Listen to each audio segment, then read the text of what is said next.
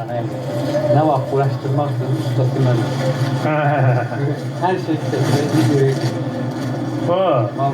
Şimdi ben ne var sizin bunun bu şeyleri bende var. Generatoru var. Sonra Bu nədir bunun içindəki nə? ne düzü açan kimi top gelir. Işıkta açmır yanında. Işıkta bunu geri karanlık yeri saklıyor. Ha. Bu şey var kompüter Onu arasa birləşdirirsən. Öz-özünə. Bunun lazım olanda mənə deyilən mən gəlib olacaq. Sen telefon Öz nömrəsini evində Telefonun var mı? var. Həmin evi də qoymuşam, bir imkanlı şəxslər gəlsin, yaşasın. Mən uşaqların sağalana kimi yoxdur. Adı nədir? Bu barayımda. Ha, Nail. Mən- Nail sən. Mən Ha, Nail mən səni tanıyıram ki. Sən mənə yazırsan həmişə. Mən İstanbuldaydım da. Biz sənin reklamlarını da vermişik də şeydə. Getirmişəm bir dəfə uşağı.